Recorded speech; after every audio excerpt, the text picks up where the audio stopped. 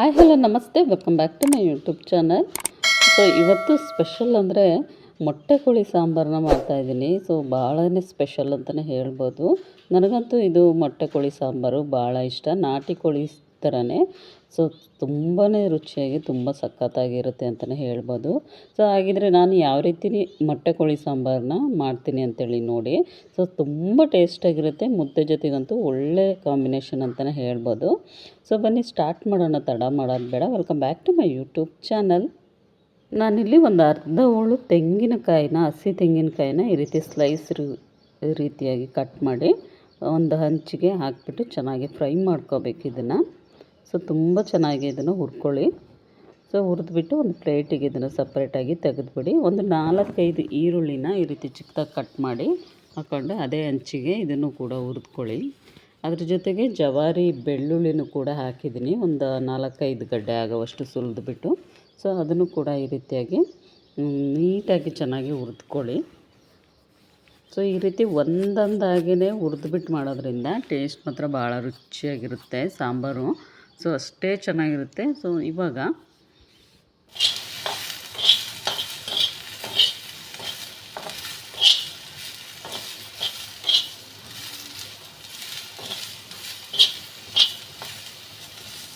ಈ ಥರ ಹುರ್ಕೊಂಬಿಟ್ಟು ಇದಕ್ಕೇ ಒಂದು ಸ್ವಲ್ಪ ಆಯಿಲ್ನ ಹಾಕ್ಬಿಡಿ, ಕುಕ್ಕಿಂಗ್ ಆಯಿಲು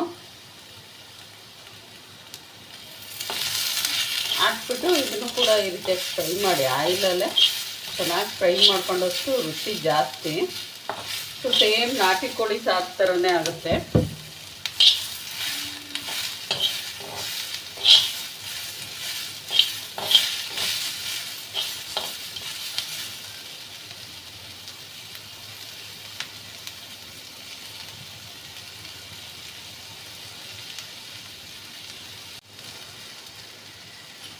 ಇನ್ನೇನು ಕಲರು ಚೇಂಜ್ ಆಗ್ತಿದೆ ಈರುಳ್ಳಿದು ಅನ್ನೋ ಹಾಗೆ ನಾನು ಇದಕ್ಕೆ ಟೊಮೊಟೊನ ಇವಾಗ ಸೇರಿಸ್ತಾ ಇದ್ದೀನಿ. ಟೊಮೊಟೊನ ಒಂದು 2 ಟೊಮೊಟೊನ ಚಿಕ್ಕದಾಗಿ ಕಟ್ ಮಾಡಿ ಹಾಕ್ಕೊಂಡು ಇದನ್ನು ಕೂಡ ಅದ್ರ ಜೊತೆಗೇ ಫ್ರೈ ಮಾಡ್ಕೊಳ್ಳಿ.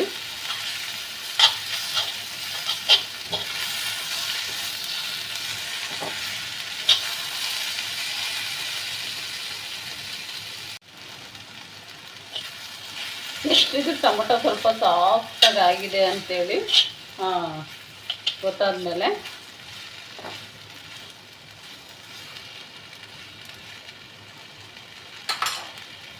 ಇವಾಗ ಇದಕ್ಕೆ ಕೊತ್ತಂಬರಿ ಸೊಪ್ಪು 1 ಹಿಡಿ ಆಗುವಷ್ಟು, ಹಾಗೆಯೇ 1 ಹಿಡಿ ಆಗೋಷ್ಟು ಪುದೀನಾನ ಹಾಕ್ಬಿಟ್ಟು ಇದನ್ನು ಕೂಡ ಈ ರೀತಿ ಮಿಕ್ಸ್ ಮಾಡಿ ಹುರ್ಕೊಂಬಿಡಿ.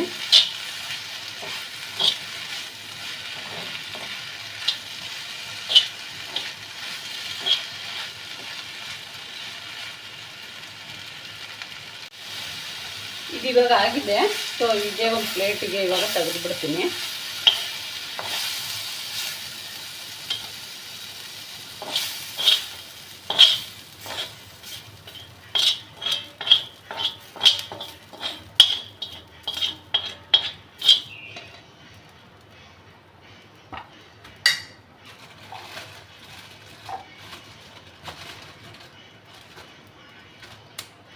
ಇದಕ್ಕೆ ನಾನು ಇವಾಗ ಒಂದು 2-3 ಪೀಸ್ ಚಕ್ಕೆನ ಹಾಕಿದ್ದೀನಿ, ಹಾಗೆಯೇ ಲವಂಗ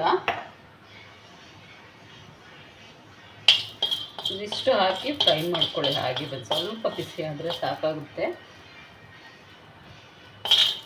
ತೆಗೆದುಬಿಡೋಣ ಇದನ್ನ.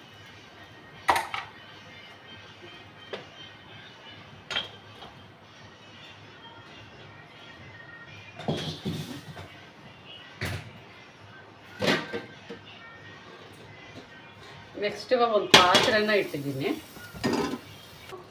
ಚಿಕನ್ ಎಷ್ಟಿದೆ ನೋಡಿಕೊಂಡು, ಇದು ಸುಮಾರು ಒಂದು 1.25 kg ಆಗೋವಷ್ಟು ಚಿಕನ್ ಇದೆ. ಸೊ ಅದಕ್ಕೆ ಎಷ್ಟು ಬೇಕು ಅಷ್ಟು ನೋಡಿಕೊಂಡು ಆಯಿಲ್ನ ಹಾಕ್ಕೊಳ್ಳಿ.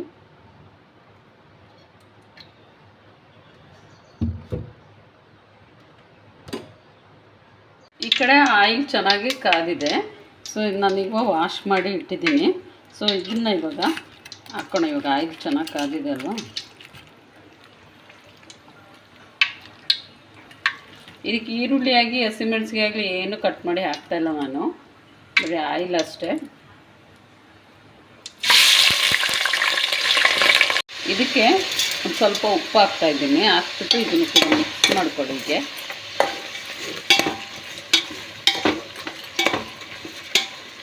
ಏನೋ 1 ಸ್ಪೂನ್ ಆಗುವಷ್ಟು ಅರಿಶಿನ ಹಾಕ್ಬಿಟ್ಟು ಇದನ್ನು ಮಿಕ್ಸ್ ಮಾಡಿ.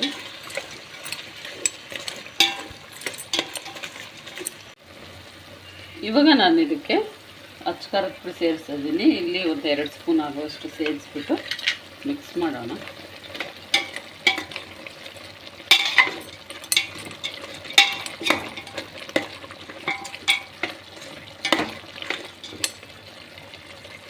ನೆಕ್ಸ್ಟ್ ಈ ಕಡೆ 2 ಸ್ಪೂನ್ ಆಗೋಷ್ಟು ಗರಂ ಮಸಾಲಾನ ಹಾಕ್ಬಿಟ್ಟು ಇದನ್ನು ಕೂಡ ಮಿಕ್ಸ್ ಮಾಡ್ಕೊಳ್ಳಿ.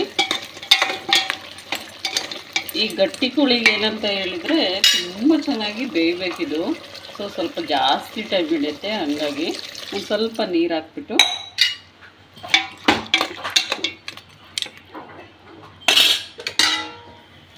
ಮುಚ್ಚಿಟ್ಬಿಡ್ತೀನಿ. ಇವಾಗ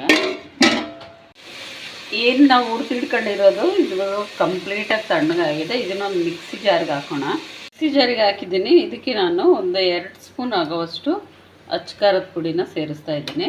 ಹಾಗೆಯೇ ಇದನ್ನು ಕೂಡ ಒಂದೂವರೆ ಸ್ಪೂನ್ ಆಗೋವಷ್ಟು ಮನೆಯಲ್ಲೇ ಮಾಡಿರೋಂತಹ ಸಾಂಬಾರು ಪೌಡರು, ಮಟನ್ ಸಾರು ಚಿಕನ್ ಸಾರಿಗೆ ಅಂತೇಳಿ ಸಪ್ರೇಟಾಗಿ ಮಾಡಿ ಇಟ್ಟಿರೋವಂಥದ್ದು. ಸೊ ಅದನ್ನು ಕೂಡ ಹಾಕ್ಬಿಟ್ಟು ಇವಾಗ ಫೈನಾಗಿ ಗ್ರೈಂಡ್ ಮಾಡೋಣ.